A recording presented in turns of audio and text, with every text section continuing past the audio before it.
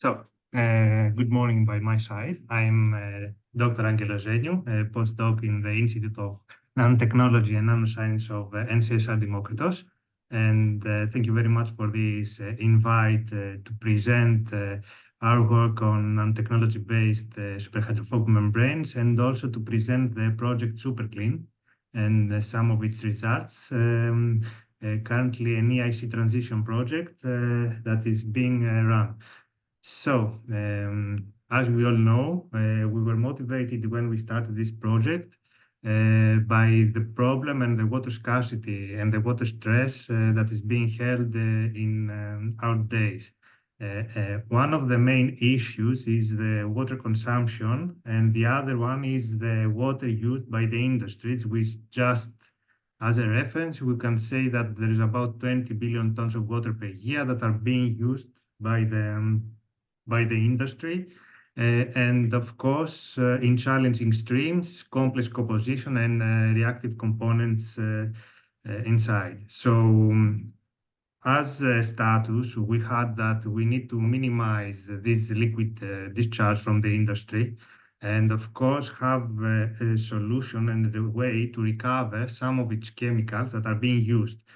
And we're also thinking in terms of circular economy, because if you can reuse the water that is being produced, and also you can also reuse the chemicals reclaimed, then we go towards a more circular economy.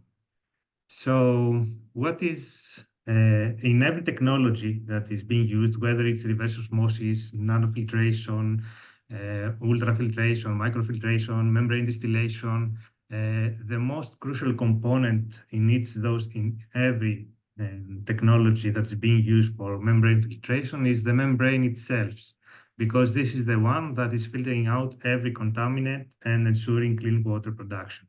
So it is, and it is currently being used, sorry for that, it's currently being used extensively in industrial wastewater treatment, desalination, and ultra-pure water production.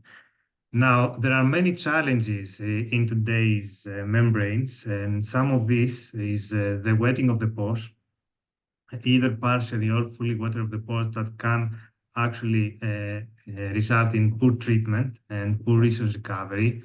There is the problems that are coming from scaling that are due to either heterogeneous nucleation or homogeneous nucleation of particles on the membranes, thus having the ability to produce less water because the membrane is being clogged, or fouling, which is a similar issue, only with biofouling membranes that are being actually stuck on the membrane and then starting clogging the membrane pores.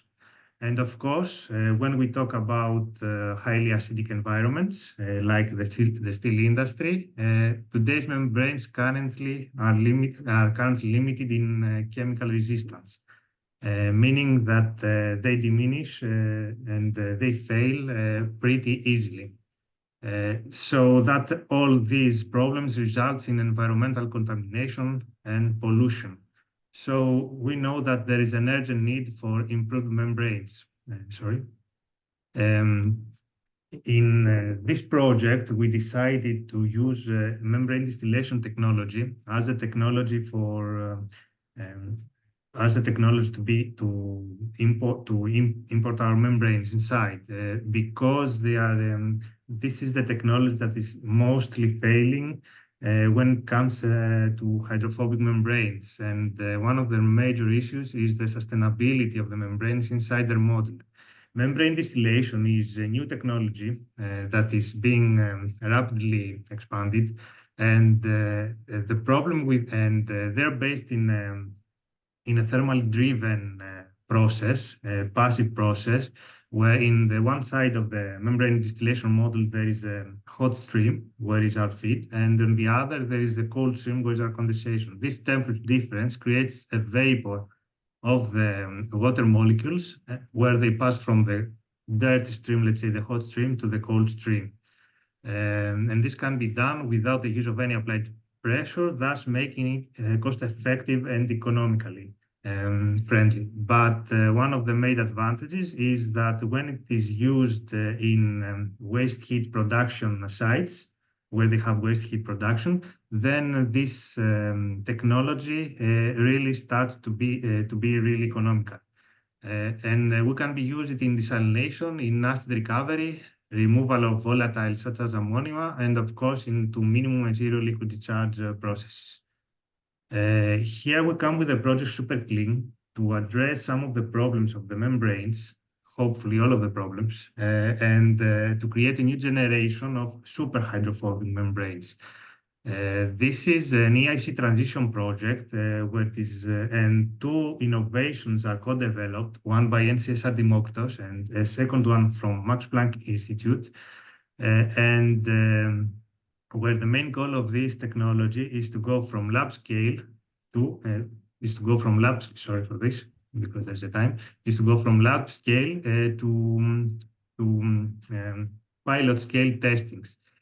For this to happen, we have Europlasma and SolShep, Europlasma for NCSR Democracy Technology and SolShep for Max Planck Technology, in order to upscale from lab scale sizes of membranes to higher scales. And we have some end users. At the beginning, it was SolarSpring, where we were to test, and we have tested preliminary some of the processes in real still water waste, but unfortunately they bankrupt. So all their test facility and our new partner in this project came in the hands of Aquasteel. So we are continuing this project together with Aquasteel. The super clean technology is based they have one thing in common. They both need the plasma process in order to be sustainable and effective. In the first case, NCSR Dimoktos is solely based in plasma process, where we actually plasma nanotexture a commercial membrane, and through a plasma coating, we render it superhydrophobic. This technology is very effective, and it can be used to commercial membranes up to 1 to 2 micrometers of mean pore diameter of the membrane. Whereas Max Planck technology is a wet-based technology, where at the beginning they also need the plasma activation. And what they do, instead of nanotextured membranes, is instead of taking membranes with small pores, mean pore size diameter, they take membranes with large pores. And what they do is they grow through a wet process silicone nanofilaments inside, thus clogging the pores and creating, again, superhydrophobic membranes. But why do we use this technology in this process? Is because we have also different type of waste streams requirements, like acid, alkaline, and low surface tension liquids and wastewaters. But also because doing these two technologies cover all the range of the membranes, from small mean pore diameter to large mean pore diameters. So if we start with innovation one, which comes from NCSR Dimoktos, is the plasma nanotextured membranes. Here we see a lab-scale plasma reactor that was developed inside NCSR Dimoktos. And when we begin this project, we had the ability only to render small pieces, like 10 by 10 centimeters. By doing small modifications in the electrodes of the reactor, we were able to process seeds up to 25 centimeters and small rolls. This was very crucial for this project, because all the test facilities they used, they had a minimum design of A4 size seeds. So basically, we couldn't actually test it in smaller sizes. And here when we first started the project, we took commercial PTF membranes because they were the ones used, and they were actually the best ones at the moment at this technology. And we decided to render them super hydrophobic. I will explain the difference between hydrophobic membrane and superhydrophobic in a while. Um, what we did here is we took the membrane, which is on the bottom left, which is the current PTF membranes, and we nanostructured the surface by doing a plasma etching. And the result and we can see the result in the image in the bottom right. So in order to go away from perforopolymers like C4F8, fluorocarbon polymers in general, we decided also the way we are making the coatings. Instead of just using C4F8 coatings, we transitioned to an SF6 gas, and basically we just fluorinated the surface and exchanging oxygen with fluorine atoms in order to create a membrane superhydrophobic. Um, uh, so the technology, sorry, I said, so here we can see how a hydrophobic membrane, what are the current status for hydrophobic and superhydrophobic membranes. Hydrophobic membranes are usually referenced the membranes that has a static contact water angle between 90 and 120 degrees of degrees. And of course, hysteresis, and they usually have hysteresis above 10 degrees. Whereas superhydrophobic membranes we reference superhydrophobic membranes that has a contact angle above 150 degrees, contact static angle, and the hysteresis below of 10 degrees. One of the main advantages of this technology is that is membrane agnostic. What do we mean by that? Is that we cannot only render hydrophobic membranes superhydrophobic, but we can also take an inherently hydrophilic membrane that you cannot actually use it and render it superhydrophobic using the same exact process. So when we developed the process, we then tested it in various waste streams in various applications. And some of this is the resistance to wetting, the resistance to acidic wastewaters, and and of course for scaling and fouling on the membrane. At the beginning, the first tests of the A4 size membranes were done in the Andreas Apalidis lab or in NCSR Dimokritos, the A4 size membranes, and the wastewater tests and some scaling tests were done in Solar Spring test facilities. The first results for the scaling tests actually is that we put in a wastewater in the that is being used in the chloralkali industry that has approximately 250 grams of salt per liter and a high concentration of SDS, sodium dodecyl sulfate. Of about 0.3 grams per liter. SDS is a solution that actually reduces the surface tension of the liquid, thus making it more easy for it to attach the surface.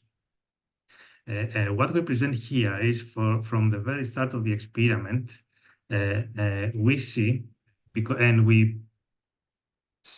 we show the results from time to during 50 minutes of process time, and we measured the flux coming out from the membranes.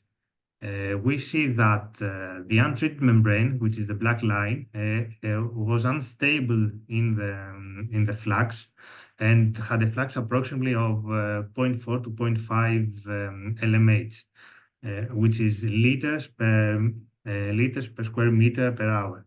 So, whereas the plasma treated membrane had a 50% higher flux than the untreated one and had a more stable flux in the process. The second experiment that we did was for biofouling testing. Again, we took the PTFE, the currently used PTFE untreated membranes, and we tested with the model protein solution, which is bovine serum albumin. which contained around 30 grams per liter of salt in the solution. And we did it for a 3-hour process. And we had an increased concentration of BSA per hour from 1 to 3 grams per liter.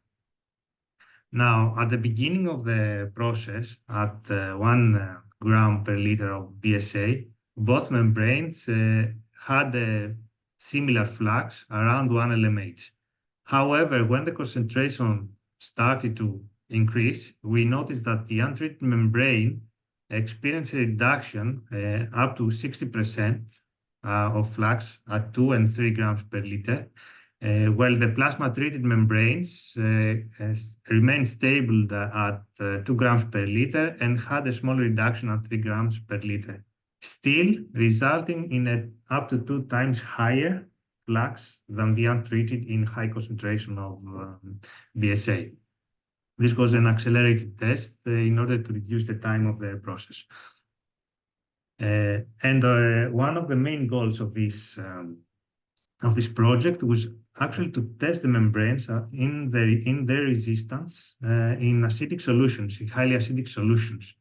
So what we actually did is we immersed the membranes, both untreated and plasma treated, in a highly acidic environment containing of 20% of hydrochloride, that is below 0 in pH, in precipitation of hydrogen.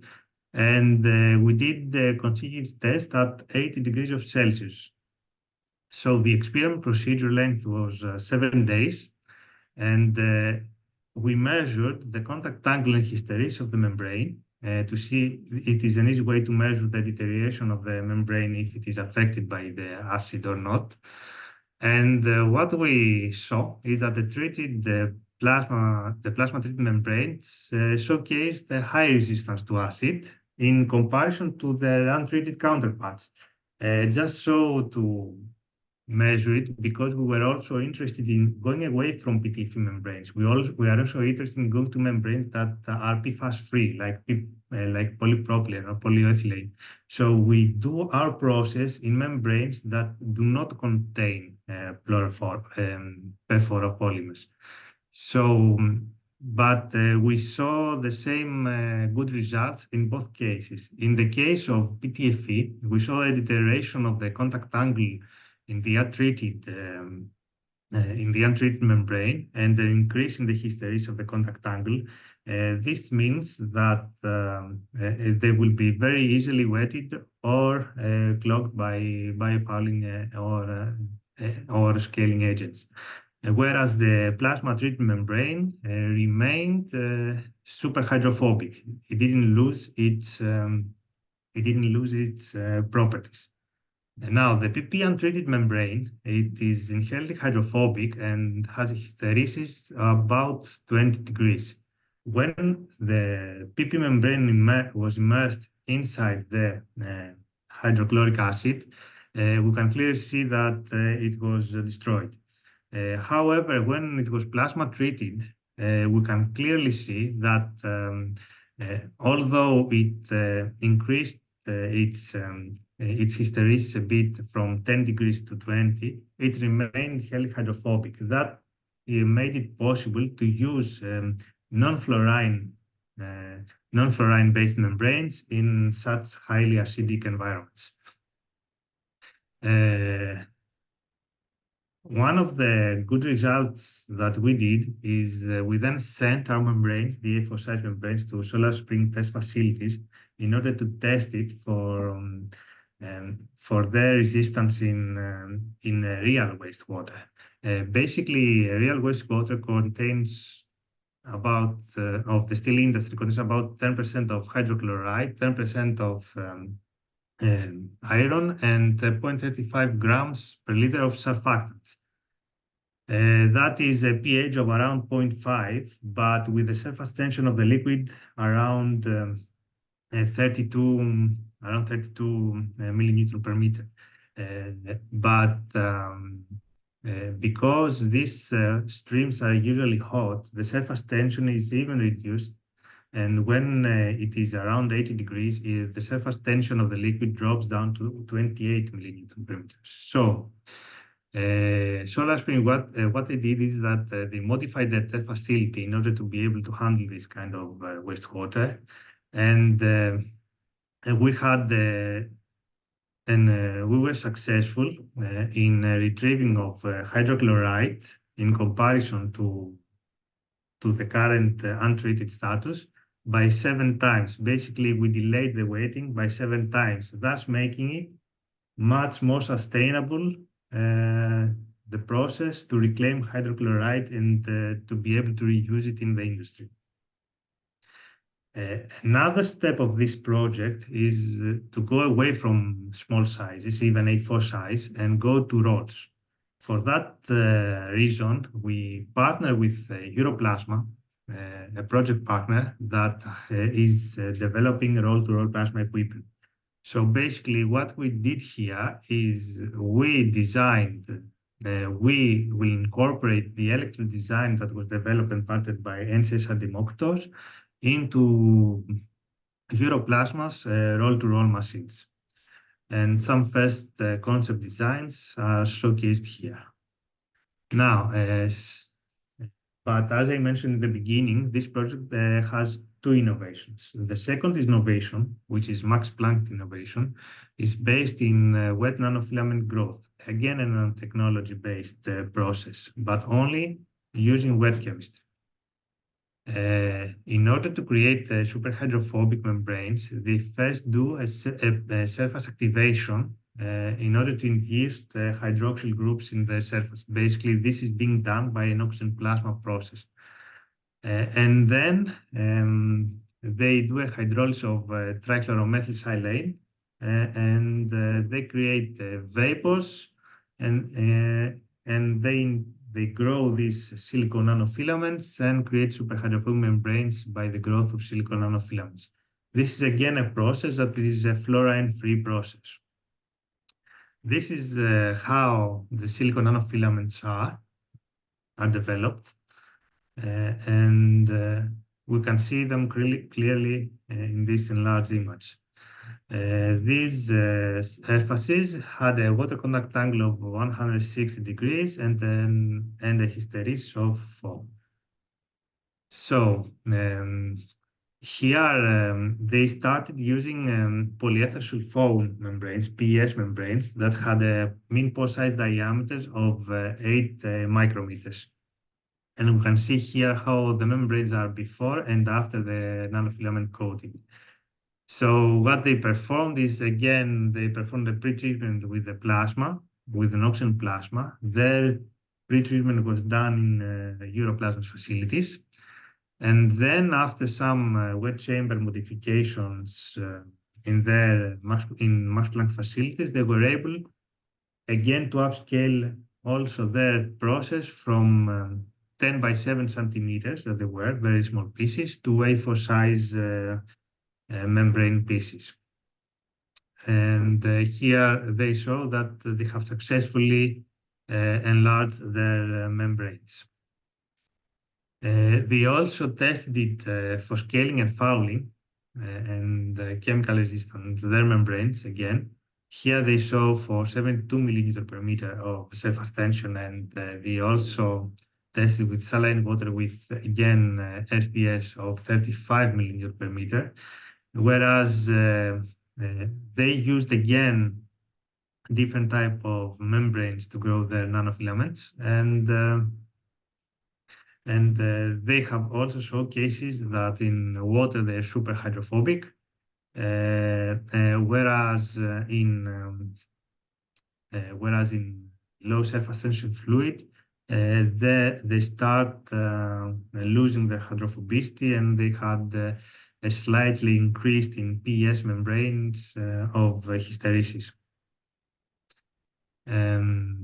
They also did some chemical resistance and immersion tests in hydrochloride in pH test, but because their good results, which was the PES membranes, their base membranes was PES, it didn't lasted well in the acidic solutions. So basically we see here that it was destroyed. So they're searching a new alternative of of the back membrane in order to grow their nanofilaments. Now, another process is another problem that the wet chemical process has is that it takes too long. At the moment, it needs around 12 hours to enlarge to create the nanofilaments, and they are playing with the parameters of the solvent and the TCMS concentration in order to reduce that time in 60 minutes. That will be the benefit.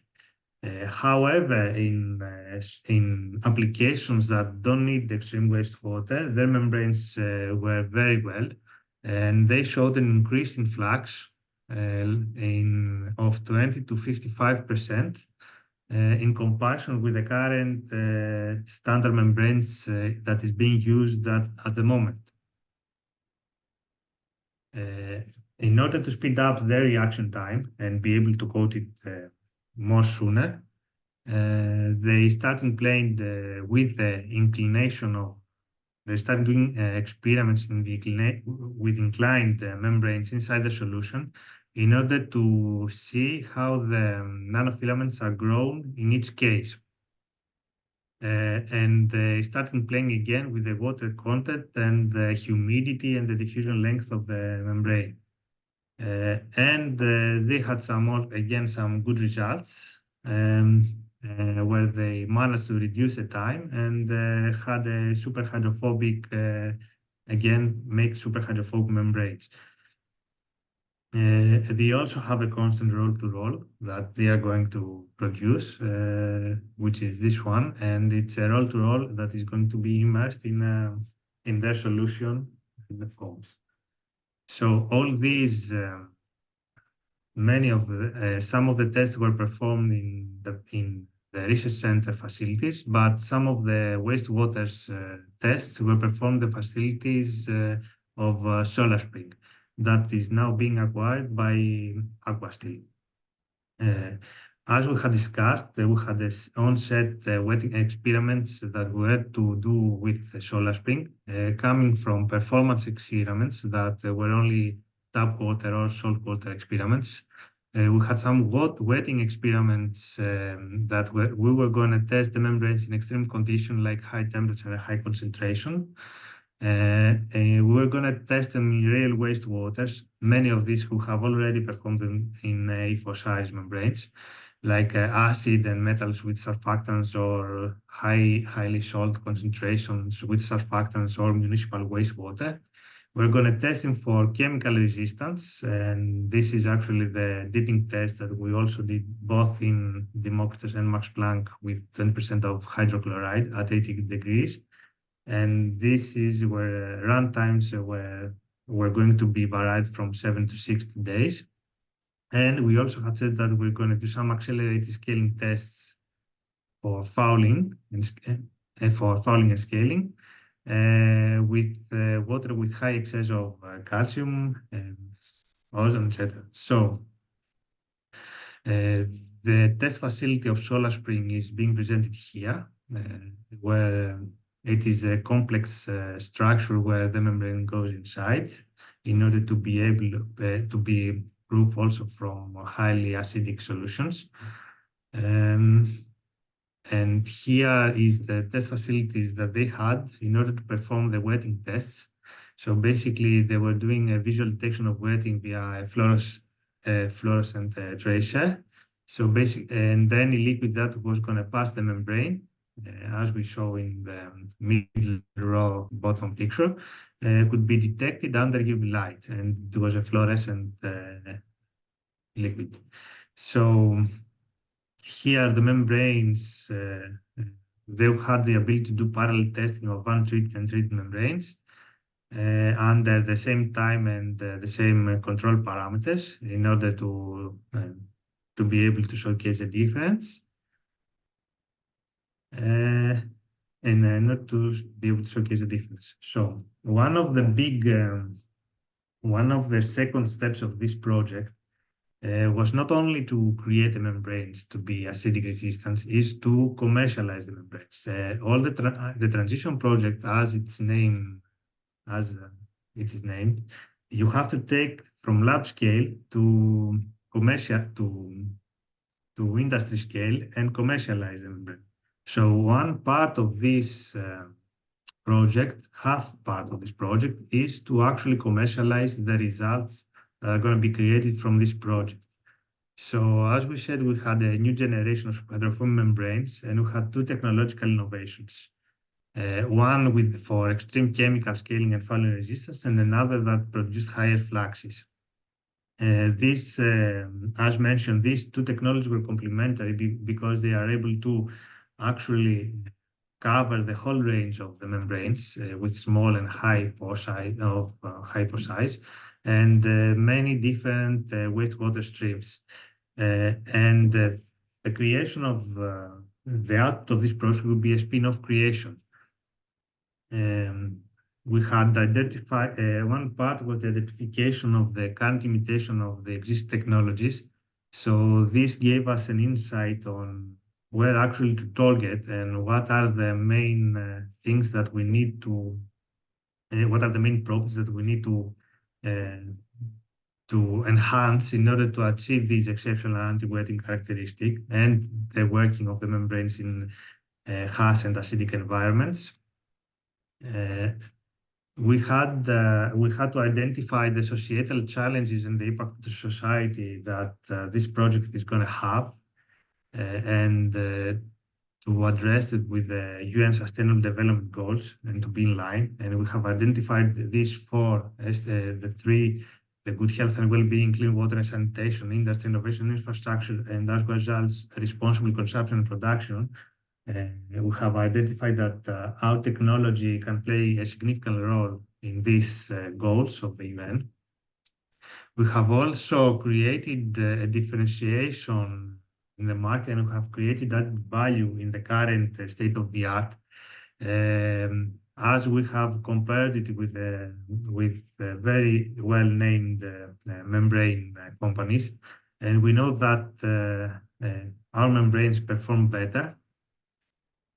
And through the upscaling also of our technology, it will also be possible to have very low costs of production of these membranes. We have identified as our niche market, the MD technology market, because they're using hydrophobic membranes, and they can actually cover a big part of applications like the oil, like industrial wastewater treatment, desalination, ultra-pure water production, and oil water separation. And we have identified how big these markets are. So here we have, so for that reason, we have also acquired a report that give us that showed us that the membrane distillation market has a 4 to 50% growth, and by 2029 it will reach nearly 90 million. And of course, we have developed a market entry strategy, that consists of strategic position of our technology and how we're gonna actually to provide them and to put them into the supply chain of the market. That comes from and we have even envisioned a customization and innovation hub for our technology to be able to process different kind of membranes in specific applications. We have also identified a few threats, like there's always a threat of new technologies entering that may have better results than our technology. We have also there's also big companies in the market that can also drive faster the innovation than we can. And of course, there is also the continuous technological advancement that is being held at the moment at the area of water and waste and water treatment that can actually result in high competition. Here, in this project, we will create a spin-off company, even in this year, if this is possible. And we have made some agreements with the TTO office of NCSR Democritus in order all the IP that has been produced that are going to be transferred to the spin-off creation, and also have discussed how the technology of the second issue can be commercialized by the spin-off. And here is a commercialization pathway that we have developed, which starts with the spin-off creation and has a fundraising round that in order to the company to be sustainable in the first years until there is until our technology can be let's say market ready and be able to be able to have some sales. So the evolution of our technology by the end of the from this project that ends in 2026 is we started at TRL4 in a lab, and we plan to do it in TRL6 by the end of the project for both innovations. That is pilot scales testing in real applications. At the moment, we're currently at TRL5. And we have also received a lot of support through the EIC programs, like the virtual building support program and the EIC Tech to Market and the Tertiary program. And we have also been participating in some of that because it's an old slide, like the woman leadership and business validation. We are already inside the Athens startup business incubator, and we have already participated successfully in the StarSmart IC accelerator. For conclusion, we have created new superhydrophobic membranes that have higher flux, better wet resistance, better chemical resistance. They showcase high fouling and scaling, high anti-fouling and anti-scaling properties, and it can be used in various industrial applications, spanning not only in membrane distillation technology, but also in air filtration. For the future plans, as I said, is to create a spin-off company and also to create a roll-to-roll system for both innovations, NCSR Democritus and Max Planck. So we will be able to actually test them in real application that needs a high surface of membranes. So thank you for your attention.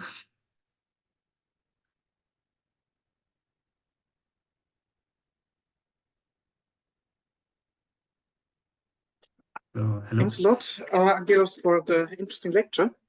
So are there any questions from students or other attendees?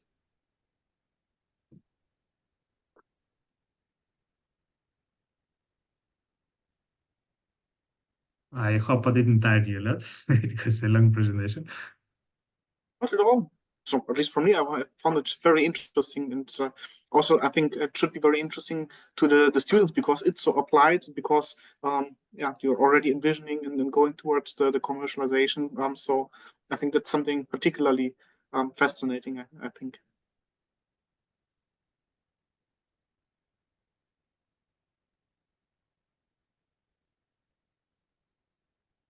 See, one of the participants has to run to the next meeting. Yeah. Yes, there's no questions, no comments, nothing where I would like to see some more details from our speaker. Is this a raised hand in the lecture hall? Hard to see from the camera? No. I think it was pretty clear, at least here. Good. In that case, if everything's been so clear and well understood, then let's thank our speaker again. Yeah, everyone have a nice day. We do have still upcoming lectures in the lecture series. The next one is scheduled in 1 week, in a good week on the Friday, November 1st. So would be great to see many of you there again. Thank you very much. Great. Thank you very Thanks much. a lot. Yeah. Thank you, Angelos, for the nice lecture, and then have a nice day.